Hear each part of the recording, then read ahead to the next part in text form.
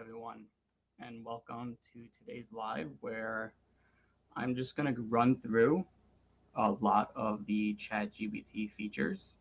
And if you have any questions while I go through them, please feel free to drop them in the chat. And one thing I realize while I speak to a lot of people is that there's so much functionality on ChatGPT, and a lot of people don't know exactly what they all are. So I'm just going to run through a lot of them and try to just explain as much as I can as I'm going. I didn't prepare an agenda, just kind of go through and help you as much as possible. And again, if anyone has any questions, drop it in the chat and I'll be happy to address it. So we're going to take this from a very basic level and starting up from there. So just to begin with, right now I have the $200 plan. So that means I get basically unlimited to everything. And if you have the pro plan or free plan, a lot of it still applies. But the first thing I always recommend if you're using ChatGPT is to, first of all, pay for the plus plan, because then you're allowed to turn off your data controls. If you're using the free plan, they're basically training on all the data that you put inside the model. So that is one thing that I would suggest. Then if you do pay for the plus plan, a lot of times people aren't aware that the toggle for the privacy feature to train on your data is automatically turned on. So what you need to do is, if you're on your computer right now, just go to the icon over here where it says your name, go to customize GPT. Nope, that's the wrong one.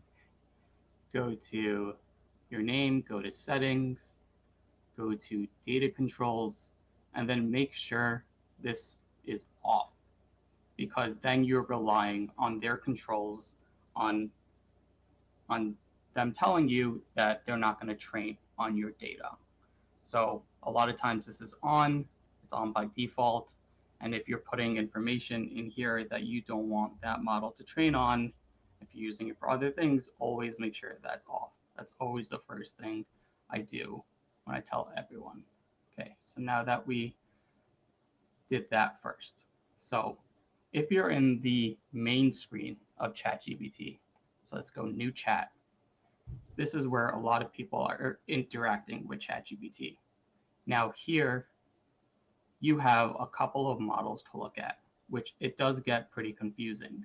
So normally, most people are using it on GPT 4.0, which is great for most tasks, but with the caveat that that was my main driver before O3 was released.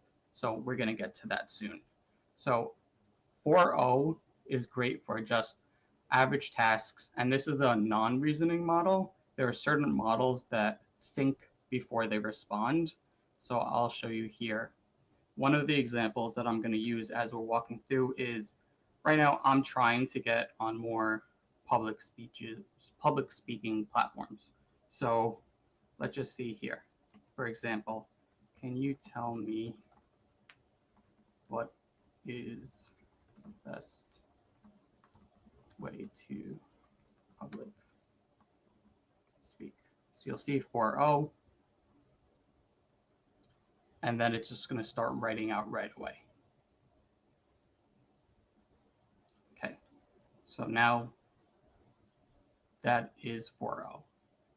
So now if we take that same exact question and we start a new chat, and let's go to O3. I'm going to cover 4.5 because that's also a non-reasoning model, but it is much better at writing, as it says, in exploring ideas, and it has more of a emotional sense that if you're writing certain emails or certain blog posts or certain text, like, it really is great at having a more of a, I guess, a human sense on the model, closer to what you kind of feel with Claude 3.7. So that has been a really good model for me just in terms of writing. But I'll show you that after. So now if we go to O3, this is OpenAI's leading model where it's multimodal, it thinks, it's slightly agentic where it could do multiple steps at a time. So I'll show you what I mean. And if you're using the Plus plan, I would highly recommend you kind of using this as your main driver for everything you do until you hit your limits, because this model is incredible on what it can perform. So I'll do that same question. Can you tell me what is the best way to public speak? And then you see here, it starts thinking. And what's great about this is even if your question is not so good, it will start thinking. So this wasn't as good enough questions to get through the entire speaking, but let's say here, let's say research.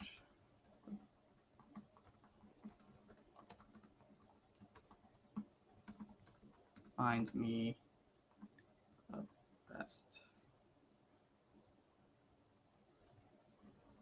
opportunities in the next month.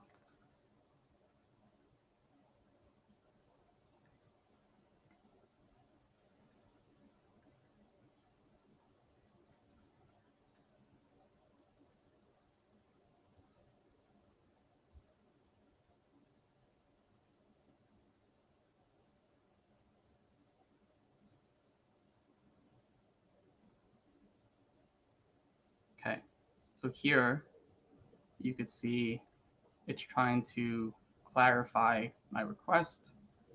What's the best way? Then they want me to find opportunities within the next month until June 5th. So see here, it knows that today is May 5th. Then it searches the web for best evidence-based public speaking techniques. And then it further clarifies. And then it knows I'm in the New York area. So this also takes into account some memories and prior conversations it knows about me. So then it does more research, and then it reasons more, and then it does more research, and then it reasons more. So you could see how much different this is than just using 4.0. And the amount of information that you're able to gather in a short amount of time using O3 is truly incredible, because you could just have your questions, kind of go do other work while this is going, and then it comes back with, let's see here, research-backed principles for standing out. And then another thing that I like that it started doing is it started giving you all the sources of where it's pulling from. So it gives you a much better sense of where it's coming from. I'm not sure why this is not putting it into a chart. This usually does.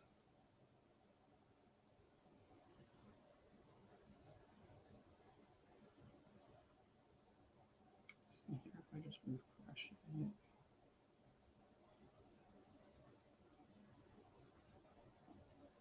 Okay, but these are just going to be quick examples to go through the models.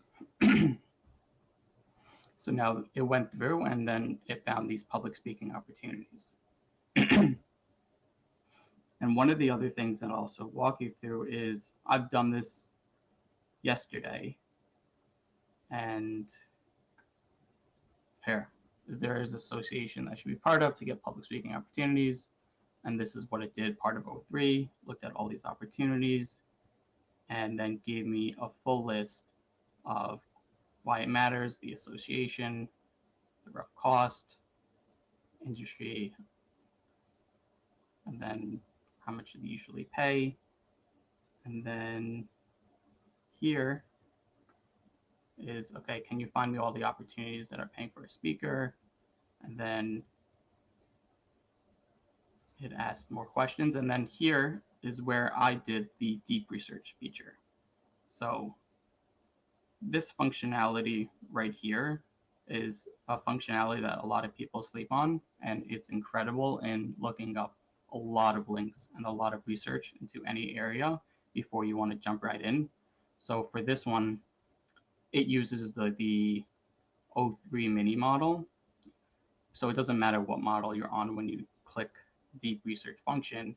So I wrote this, and then it asked me follow-up questions. And then here you could see it did this full research report where it took 15 minutes, went over 41 sources, and did 156 searches. So then I have this beautiful analysis that I could just go through after. And this wasn't long because it wasn't that many. So then I did, okay, great, do it over the next year and expand the search. So then it went to 25, 26, and then it brought back a lot more events that it scoured the internet over. So that's just a few ways that this deep research feature is really, really cool. So I'll even just to experiment it now here. Let's do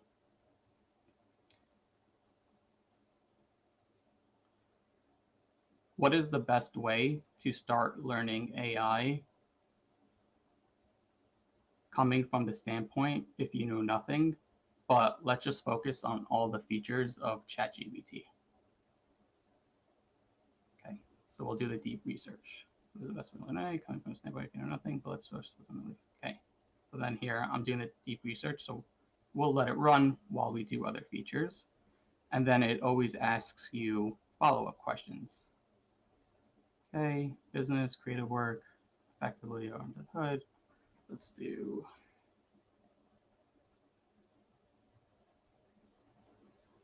I'm looking to use ChatGPT for business and creative work, and I want to know how to use it effectively and not so much how it actually works under the hood. I just want to know how to use it as well as I possibly use it, and I want to use it in the browser.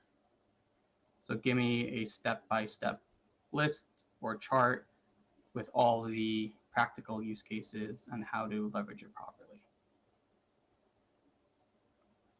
And you could do this for any field. You could do this, so like when I try to learn anything, let's say in the real estate, finance, or just trying to learn a new topic, I'm always doing deep research reports. So now this is going off and starting to do its research. Okay, so when that comes back, we'll go back here and see what it did. Okay, and you don't need to stay on the screen. So if we go back here, so 4.0 we covered. 4.5 is just kind of a better version of writing than 4.0. And O3 we covered. O4 mini, let's say you run out of O3 queries. It's kind of like, it's a lighter version of O3, and it's quicker, and it's also really good.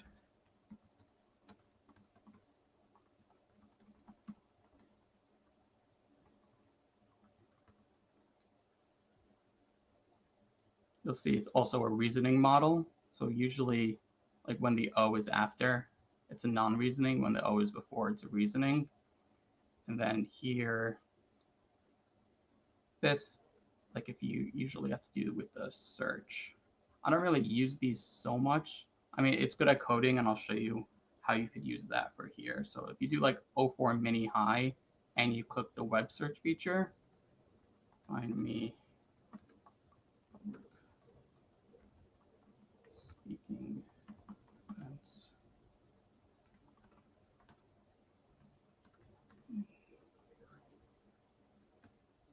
I find that if you do like O4 mini high, click the web search feature, and then it's kind of almost similar to O3.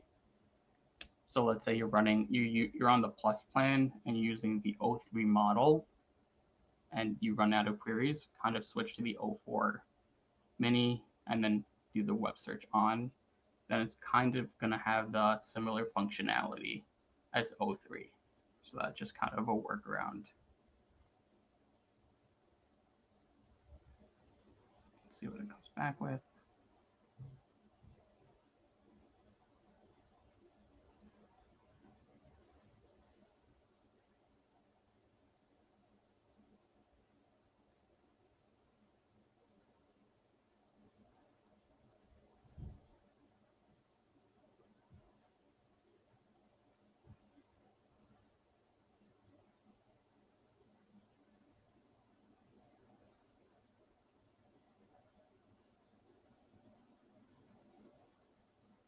Very cool sometimes to read all of this and watch, but sometimes, like when you're just starting out, I used to read a lot of it, but then I kind of just wait because sometimes it thinks for a while. So you see here, it thought for a minute and 14 seconds, and then it gives me all of these events with the links, in-person workshops in Manhattan, and then right there you can start going through it, and it's amazing. Okay, let's see where. Okay, this is up to. Okay, mapping up the notes. Sources. Okay, so it's still thinking. And if anyone has any questions, please feel free to drop them in the chat. I'll be more than happy to answer anything. Okay, so now we're going to get to custom GPTs and projects after. I just want to finish going through these models. O1 Pro is if you have the Pro plan, and that's just like a really long query. It's kind of similar to, I don't know, I wouldn't say deep research in a way, but it's also really good at coding. But O3 is incredible, and I wouldn't worry about this right now unless you have very specific use cases. So those are the models. So just to recap, I would advise using O3 as your main driver for basically any complex task that you have. If you're writing or you're doing blog posts or you're like doing anything sort of that nature that you need to write content, I would use 4.5. And then if you run out of O3, go to O4 mini high and then O4 mini. And then if you run out of all of those, then I would focus, then you could just use 4.0. So that's like the order that I use. But I have the Pro plan, which gets you unlimited of everything. So if you are hitting your limits on the Plus plan, then it may be worth thinking about if the O3 queries are really helping you a lot, then it may be worth it to upgrade. Okay, so now one of the other great features that ChatGPT has that not a lot of people know about it is the create image, where it is so much better than before. Now it could really create amazing pictures. So let's just say here, create, let's just go.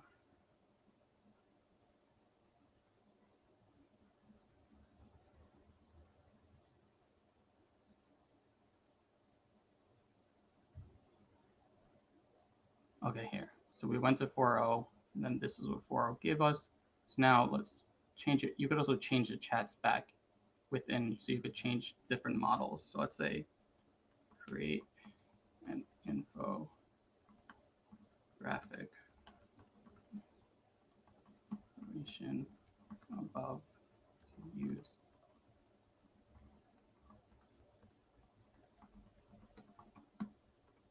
Okay, so now they're able to now use the upgraded image model. So you could kind of go back and forth between 03, 4.0, 4.5, deep research, and just leverage all of these things. So now let's see what it thought about for this. Using one specific key.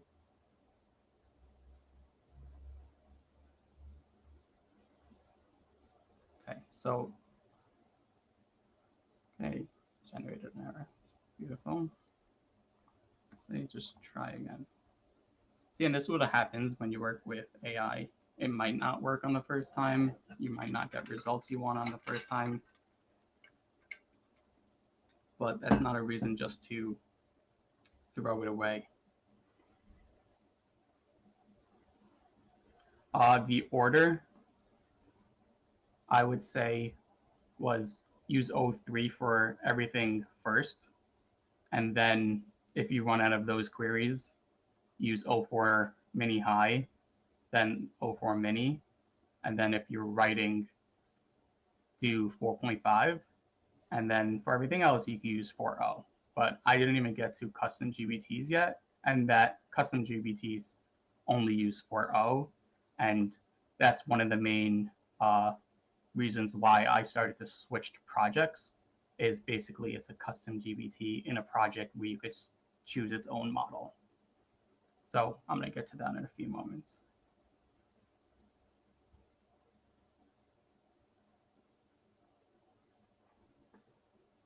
Yeah, so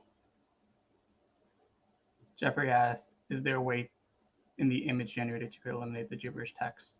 Yeah, so the image generator has gotten significantly better.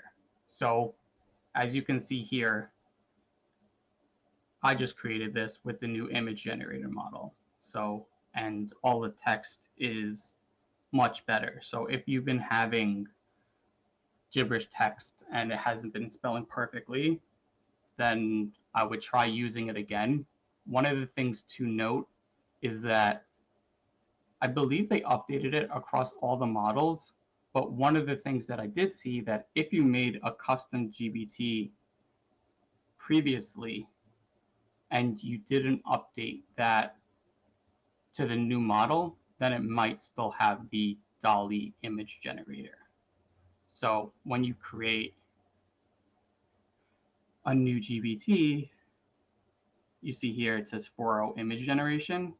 If you created an older one, I believe you would have to switch on that toggle for it to create the new spelling. Okay, so let's just go back to here.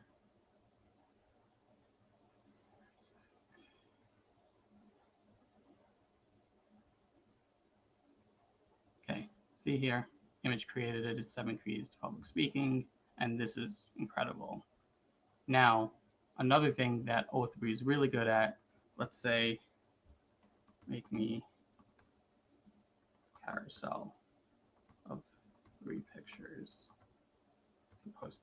This could actually do multiple steps at a time. So you'll see.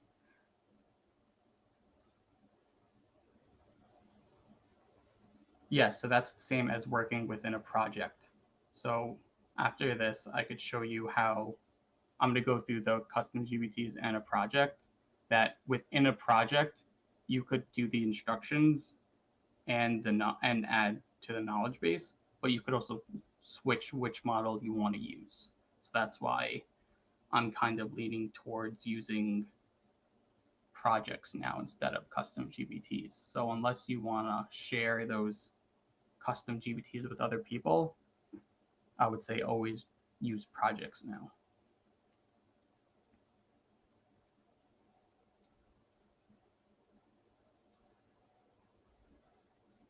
That was to this question.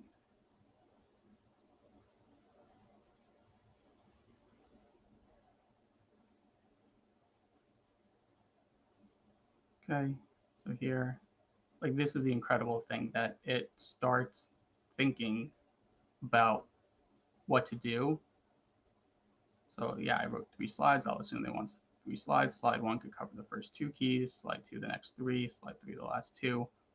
Then it starts thinking about what the best layout is. So like everyone wants these cool carousel posts, and I know they take a lot of time doing it through Canva or just trying to create it through Photoshop. But here, people don't know that it can actually generate multiple pictures for you at a time.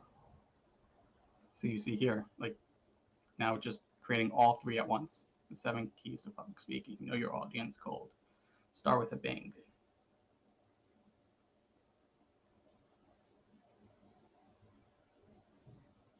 Let's see here.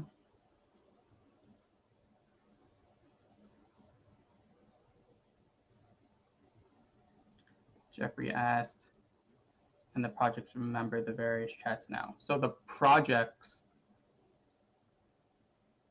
will know your memory feature from the main chats, but they won't actually know the memory from the other chats in the projects, if that makes sense. So like custom GBTs, when you enter information in their section and you do a new chat, it won't remember what you did in the other chats. Projects is the same way. The only way that the information will get stored in your memory is if you're using it in the actual main chat, not in a project chat. I'll go through that more.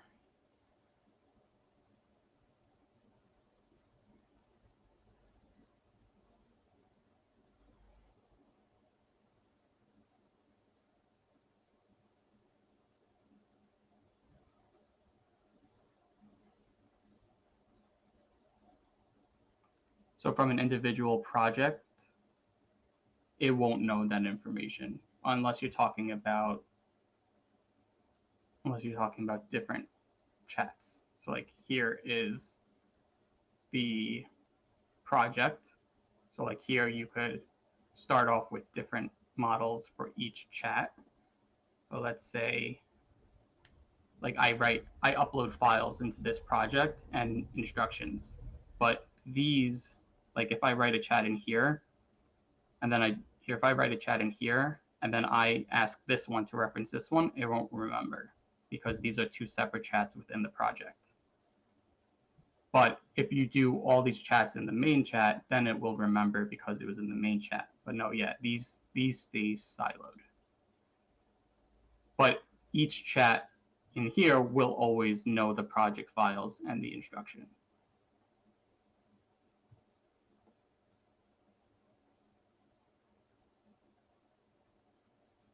I might have lost it.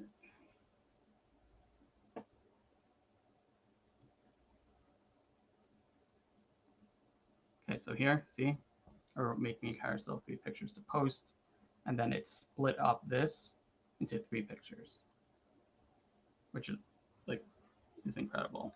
So that's one of the great things about O3 is that it can do multiple steps at a time. Okay. So those are the chats.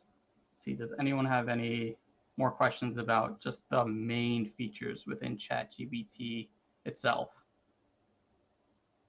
And if you don't, yeah, so another thing is ChatGPT released a feature where now they have memories and it's able to reference old chats. So anything you write in the main chats that's not a custom GBT or a project will get remembered for future conversations if you do have that conversation in the main chat again.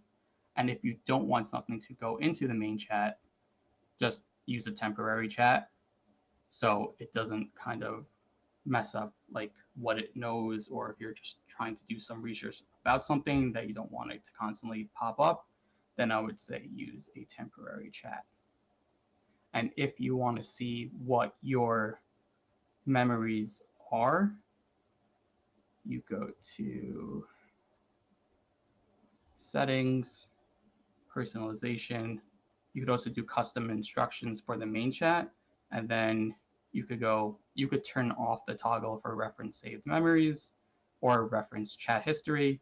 If you like it, keep it on. If you don't like it, you could turn them off.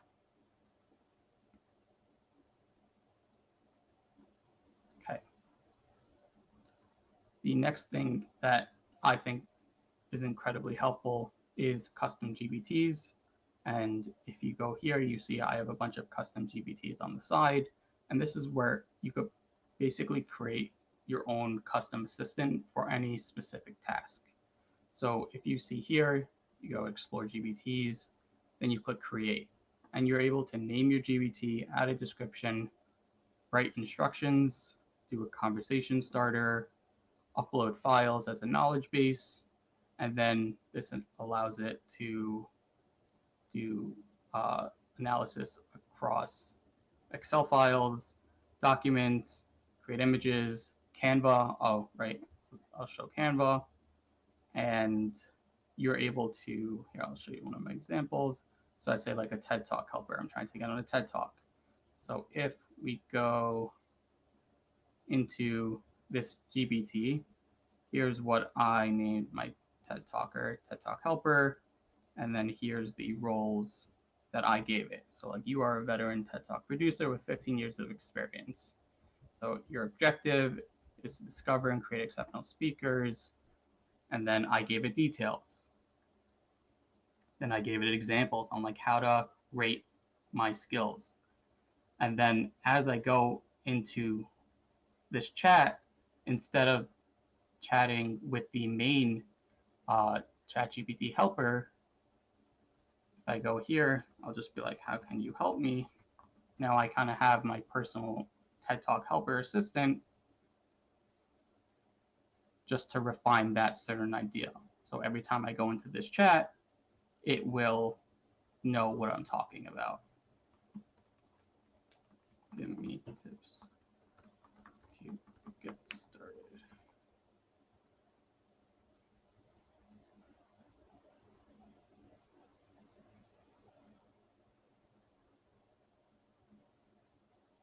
See here's the one thing where I'll okay, Jeffrey asks, can you force save a memory? Yeah, you could write in the chat saying, please remember this for future conversations, and it will say remember this. And then if you also don't want it to remember something, you could say, please forget this, or go into the settings and delete that. So here, custom GPTs are a siloed place where you can add instructions and a knowledge base. But projects is basically virtually the same thing, but you're able to choose the model. So let's actually create a new one together. So here I have my TED Talk helper. The TED Talk helper only uses the 4.0 model. So if we go to edit GPT, I'll show you the difference. Okay, I'll just copy this.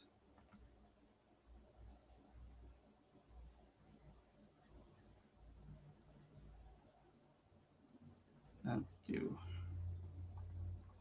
TED Talk helper, create project. So now we can add those same instructions here, but now this is a project.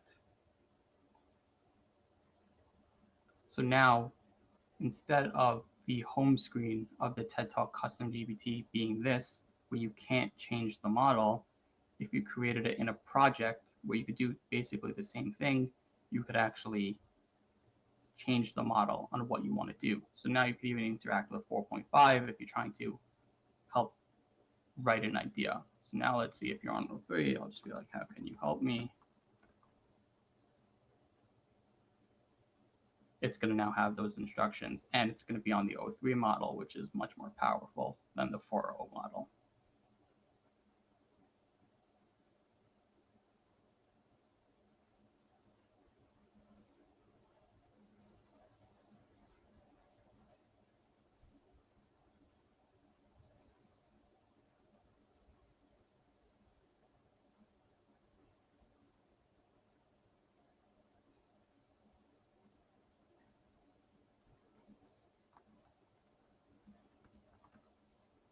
And then even once you're in those chats, you could then change it. Okay, help me write a sample intro.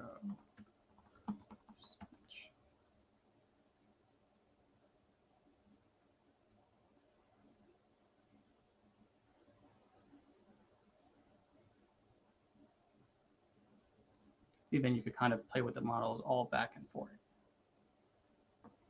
Okay, good. So now here is the Canva feature where that's where it will open in this side page, where then you could kind of edit inside of here without needing to go back and forth the entire time. Okay, so you see here, that is the canvas mode where it says collaborate on writing and code.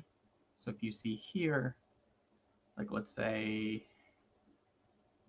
I don't like this intro, you could just highlight it and be like, okay, expand this intro, and you don't need to change everything. So a lot of times I would be copying and pasting from this into another sheet, then making different sections. But now, okay, this is just one section I wanted to change. Now you're able to do that.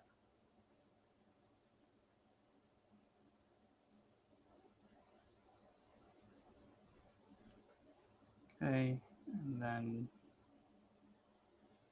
let's say here,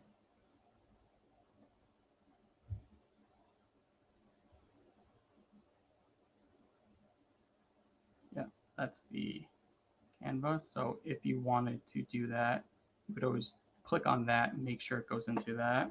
And then let's say you even want to, and this is where you could even preview, see, create a landing page. Public.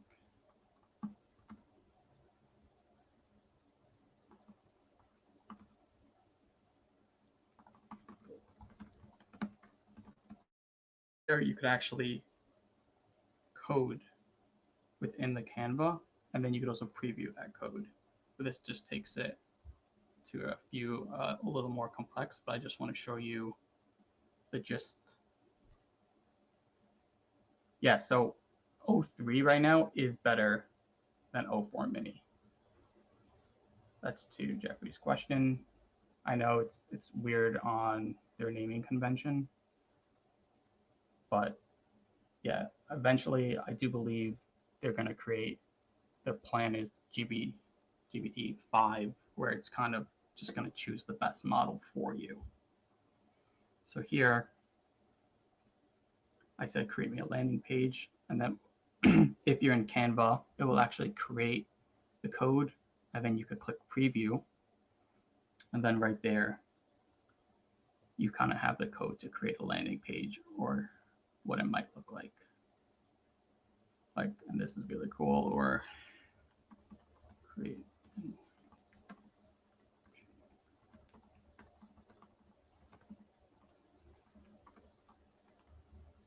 Like, this is how you could kind of prototype with different things.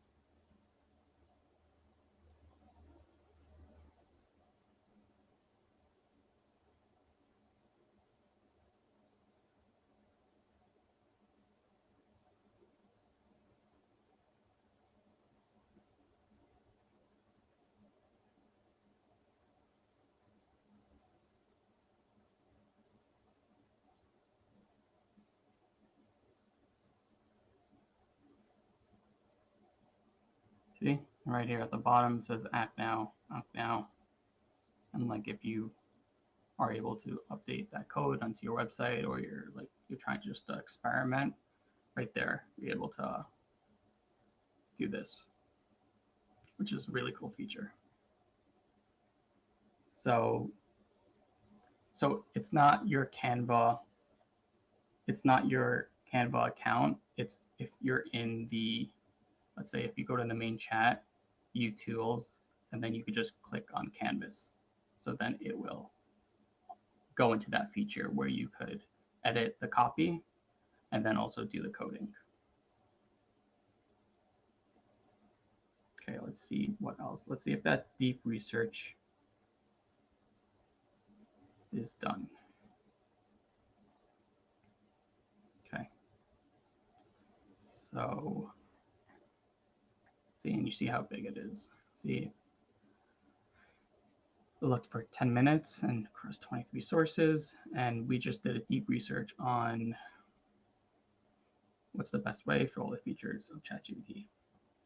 Now, okay, mastering ChatGPT, a step-by-step to get started.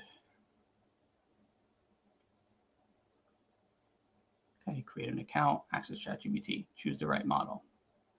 See, and sometimes this is not going to be updated. So like, this is a great starting point, but obviously you always have to double check if it's accurate, if it's good, and that's where the human expertise comes in. Okay, start chat, basic Q&A, just what is market segmentation, just to get the feel of it, tools in the browser, okay, effective prompts and instructions. Be clear and specific. Use roles. Act as a career counselor. Structure your requests. Give it to me in bullet points or in a table. Provide examples. That's very key. Like examples is one of the best things you could give AI to get you the best results. And then iterate. Like if you're not getting good results, yeah, you make it, just treat it like anything else. Like this is what I don't like and help me. Yeah. Commenting too much at what? Like putting too much information in. If you have a lot of information, I would say just split up the tasks. Okay, step 3, managing conversations and memory.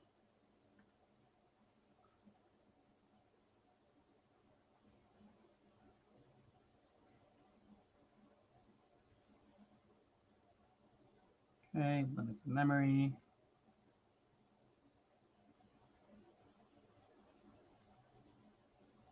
When to start a new chat. Okay, and step 4, using ChatGPT for business tasks, marketing and content creation, ideation, writing marketing copy, SEO.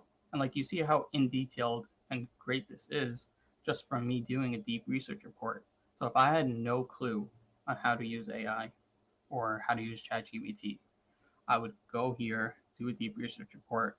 And if anyone wants this exact report that I generated, please reach out to me over LinkedIn, send me a message, and I'll send you the link, or I'll download it and send you a Word document of this exact deep research report. So just reach out to me on LinkedIn saying, hey, I saw your webinar, and I'll send it right over. Yeah, this is great. Customer service, data privacy, data analysis.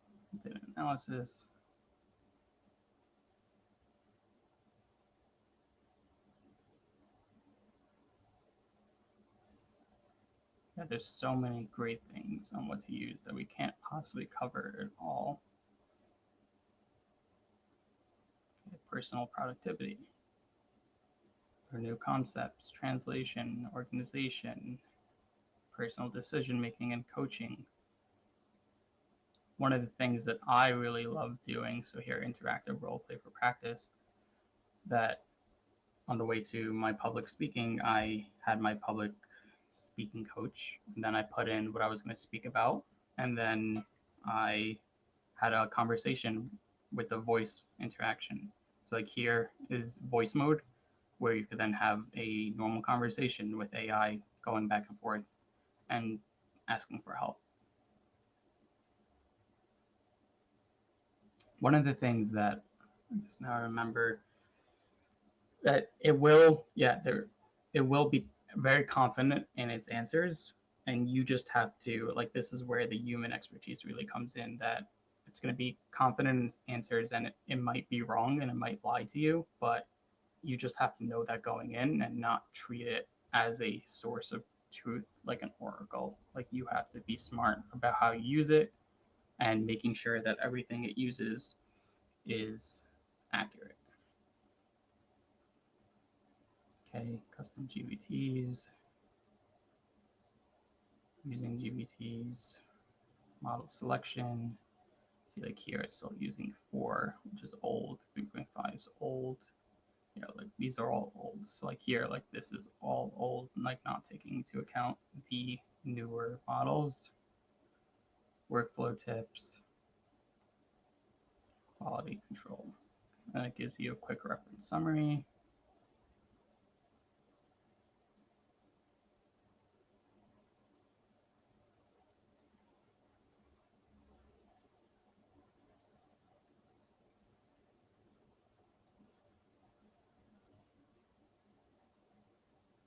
Yeah, and then like right there, this is an incredible, useful starting point to get started. I'm saying, and that was using the deep research feature. And if anyone wants that, please message me. Okay, now what else didn't we cover? We did research, we did create image, we did canvas. You could upload files, you could connect to Google Drive, you could connect to OneDrive. Here you could actually dictate speech, which is, I love doing it.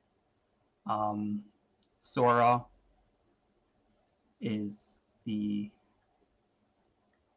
image text to video model. So let's say a video of the dog walking in park. So this is their video model. Google also has theirs called VO2, which I could do in a different video, but that's gonna go off loading. The other thing that I've also done before is Operator, where it kind of goes into, it opens up its own browser and then searches the web that way. So let's say I think about this is if you have a task that needs to fill out certain forms and click through certain websites, Operator has been doing a pretty good job so far. But let's see here. Let me find the speaking.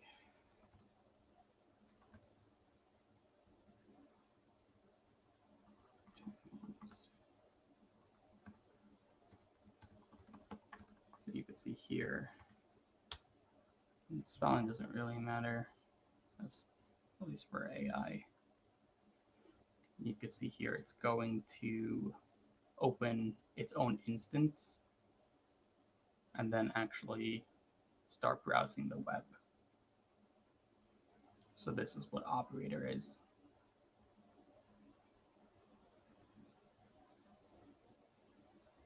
And it's also going to start reasoning. See, public speaking opportunities, New Jersey. So I don't know, it's unless you're using it to fill out forms, and you need something to click through. Like the other thing that I did a demo about before was O3, was the real estate example where I had it find deeds. So it actually went into certain websites like Acris, filled out the block and lot number, and tried to find those examples. So if it's just on the web, O3 should be fine. But if you know you have to like click through things or sign in to different things, then Operator could be a very useful tool for you.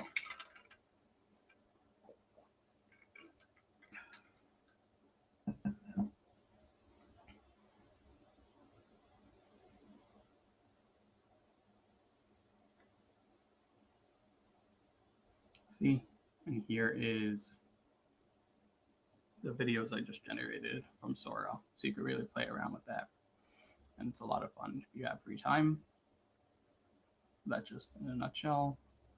And here, this is Operator. I did a full deep dive if you want to look at my other videos. But these are just quick showing you the different features of ChatGPT. So let's see, what else? We did custom GPTs versus projects briefly. We did the models. We did Sora. We did image generator. We did canvas and code. We did the deep research. We did Operator. We did. Oh, so also one of the things to note for context window purposes, if you have the free version, it's going to limit you in terms of like the chat length on how well it will work. So like there's these things called tokens.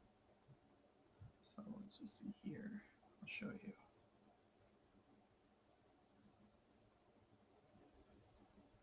Can you tell me how big the context window is for the free plan, for the plus plan, and for the pro plan on ChatGPT?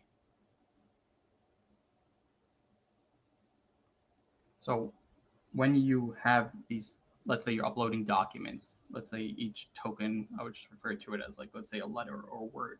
So if you're paying for the pro plan, you could get up to 128,000 letters or words. And if you're on the free plan, there's certain limits where it might get cut off. So let's say you're having that conversation, a long conversation, and it randomly stops remembering things in that conversation, that's going to be because your context limit is cut off. And one of the things that also is kind of annoying is that you don't know where you are in the limit, where Claude actually tells you how much percentage of the knowledge base you're opening for their projects, but ChatGPT doesn't tell you. So let's see here. One token, 3/4 of an English word. And here, if you're on the free plan, you have 8,000 tokens. And then if you have the plus plan, you have 32,000 tokens. And then if you're on the pro plan, 128,000 tokens. So now if you're in a regular chat and you're dropping in an entire textbook or a really long article and it's going to be over 24,000 words, even with the plus plan, it's still not going to remember the entire PDF, even though it's going to take it and it will say that it will try to remember it, like it just won't. So if you're also dealing with large data sets, yeah, then the pro plan is worth it. Okay. And then the library is all of your pictures that you've created in the past.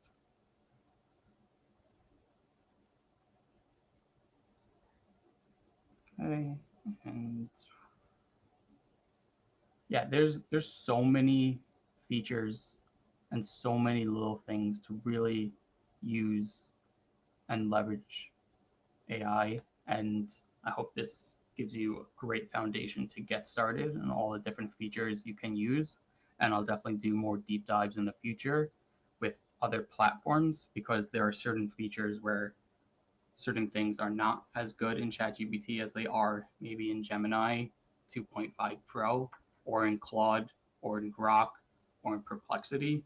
There's a lot of models out there, but I would just recommend starting using ChatGPT and get a feel for how useful it could be. And if anyone needs help in their business leveraging AI to help them scale, help them grow, send me a message on LinkedIn, and I'll be more than happy to hop on a call with you to see how I could help. And again, if you wanted that deep research report, also send me a message on LinkedIn, and I'll be more than happy to send it over. I hope you all enjoy.